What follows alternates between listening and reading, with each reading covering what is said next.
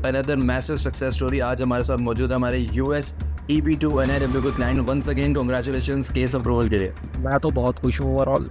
ठीक है, और मेरा एक्सपीरियंस बहुत ही ज़बरदस्त रहा। मेरी जर्नी बहुत ज़बरदस्त रही। तो अच्छी चीज़ ये लगी कि लोग बहुत प्रोफेशनल लगे मुझे, और कंसल्टेंट्स हैं, जो चीज़ें हैं, वो जो चीज़ मुझे थोड़ी सी मिस लगी, जो प्रोफेशनल लगा बेसिकली, वो ये कि आप लोगों के पास जो लोग हैं और जो जिस तरह से बातचीत हो रही थी और जिस तरह से मैं अपनी रिसर्च कर आया था, तो मेरे क्वेश्चंस के आंसर मुझे उसी वक्त मिल गई थी। जो मेरी क्यूरीज थी उसकी जवाबात मिल गए थे उसी वक्त ही, तो मैं सेटिस्फाइड था।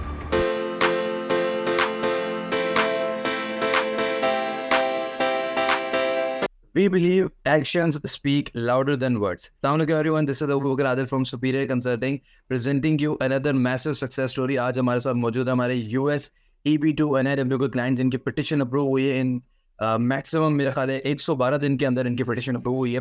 तो आइए आज इनसे इनका एक्सपीरियंस जानते हैं सुपीरियर कंसल्टिंग के साथ, और ये जर्नी कैसी रही सो फार, और क्या एक वजह थी कि उन्होंने बाकी कंसल्टेंट्स के जगह सुपीरियर कंसल्टिंग को चूज़ किया, और उनसे थोड़ा प्रोफाइल भी जानेंगे, सारी चीज़ें करेंगे। तो वेलकम करने। अस्सलाम वालेकुम फादर साहब।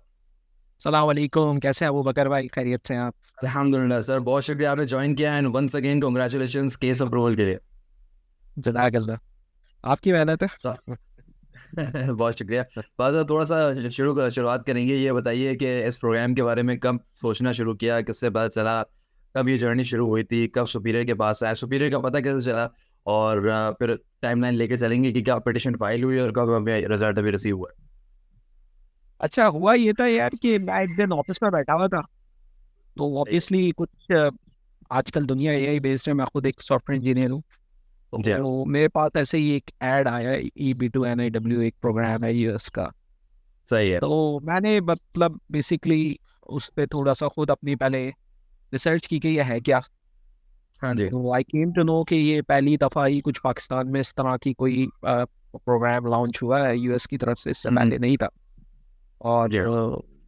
तो फिर मैंने मतलब एक दो कंसल्टेंट्स के पास और गया, सही है। और वहाँ से भी फीडबैक लिया। वो भी अच्छे हैं, मैं ये नहीं कह रहा, ठीक है। कोई बुराई किसी की नहीं है। जी हाँ। लेकिन फिर बिल्कुल ये ऐसे ही। हुआ कि जब मैं मिला आपसे, तो अच्छी चीज़ ये लगी कि लोग बहुत प्रोफेशनल लगे मुझे। और हम्म। जो और कंसल्टेंट्स हैं, जो चीज़ें हैं, वो जो चीज़ मुझे थोड़ी सी मिस लगी, वो मिसिंग लग रही है आप में और उनमें, जो प्रोफेशनल लगा बेसिकली, वो ये कि आप लोगों के पास जो लोग हैं और जो जिस तरह से बातचीत हो रही थी और जिस तरह से मैं अपनी रिसर्च कर आया था, तो मेरे क्वेश्चंस के आंसर मुझे उसी वक्त मिल गई थी। जो मेरी क्यूरीज थी उसकी जवाबात मिल गए थे उसी वक्त ही, तो मैं सेटिस्फाइड था। फिर मैंने राइट। अगेन थोड़ा सा टाइम लिया, 10 20 15 डेज का टाइम लिया साइन अप करने से पहले, और उसमें मैंने इस्तिखारा किया था और कुछ भी नहीं किया था। जब दिल मुतमईन सही हो है। गया, तो फिर बिल्कुल। मैं जाके अपनी जर्नी स्टार्ट की सुपीरियर कंसल्टेंट्स के साथ। और राइट। तो थोड़ा तो फासला ये बताइएगा कि चूंकि हम जानते हैं कि 112 दिन लगे मैक्सिमम, जब मैंने काउंट किया था पिटिशन अप्रूवल में जब से डिस्पैच हुई थी।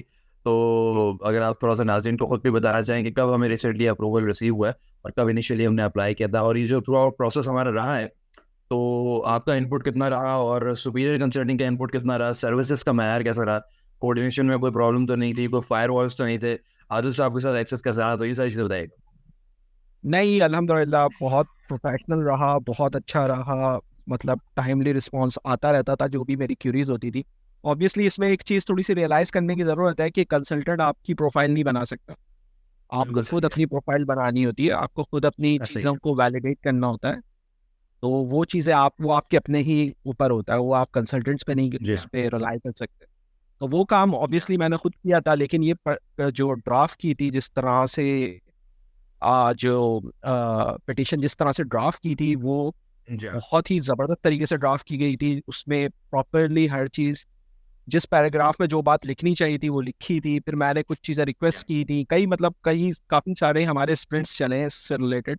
तो हाँ। मेरी बिल्कुल ऐसे ही। पिटिशन वगैरह कोलैबोरेशन बड़ा ज़रूरी होता है कि ऐसा नहीं होना चाहिए कि हम लोग ने सिर्फ केस लिया और क्लाइंट को बस आखिरी दिन बताया कि ये रेडी है, आप डिस्पैच कर दो। तो क्लाइंट चूँकि हमारे यहाँ तो क्वालिफाइड हम लोगों से डील करते हैं, आपका अपना प्रोफाइल है तो उसमें इनपुट आना बड़ा ज़रूरी होता है, और हम कोशिश करते हैं कि रिव्यू करवाएं। पहले तो हमारे केस ऑफिसर डेवलप करते हैं, फिर क्लाइंट्स रिव्यू करते हैं, फिर आदिल साहब खुद रिव्यू करते हैं। मेरा ख्याल है लास्ट जब हम भिजवा रहे थे पिटिशन डिस्पैच कर रहे थे, तो उससे पहले भी आपकी आदिल साहब से मुलाकात हुई थी। बिल्कुल बिल्कुल बिल्कुल। तो वो पिटिशन बहुत अच्छे तरीके से ड्राफ्ट की गई थी और उसमें शायद ही कोई पॉइंट था जो मतलब मुझे लगता था मिसिंग हो। मतलब सब कुछ राइट लिख दिया था हमारी प्रोफाइल में, जो कुछ था वो राइट तकरीबन सब कुछ उसमें था मेंशन।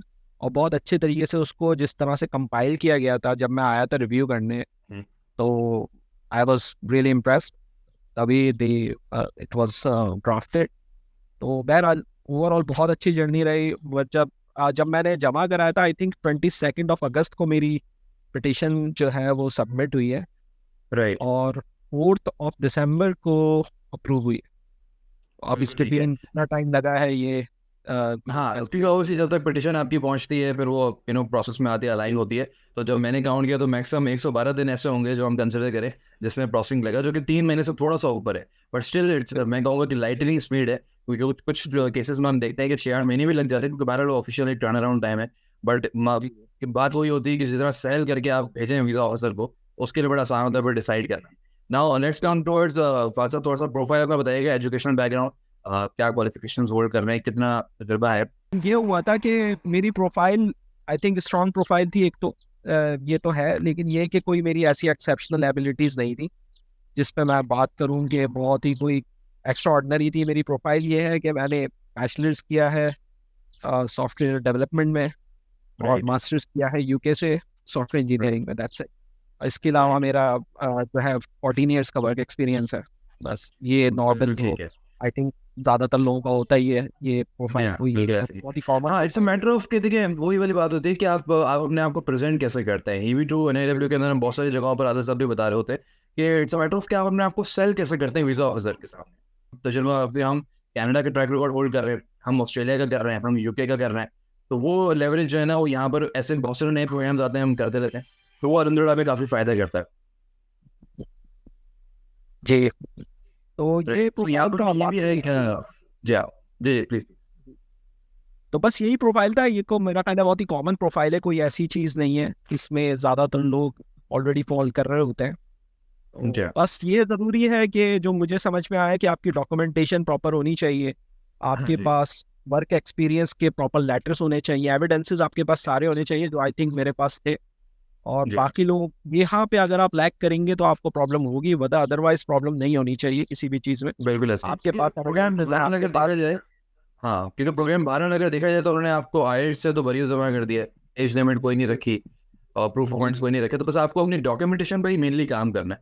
वकील आपका तरीका से बिल्कुल, वो डॉक्यूमेंटेशन अगर आपने पूरी रखी हुई है तो मेरा नहीं ख्याल कि आपको कोई भी चीज़ प्रॉब्लम करेगी। या डॉक्यूमेंटेशन में वो आपकी जो चीज़ें आ जाती हैं, वो पे स्लिप्स आपके पास होनी चाहिए अपनी वर्क एक्सपीरियंस को प्रूव करने के लिए।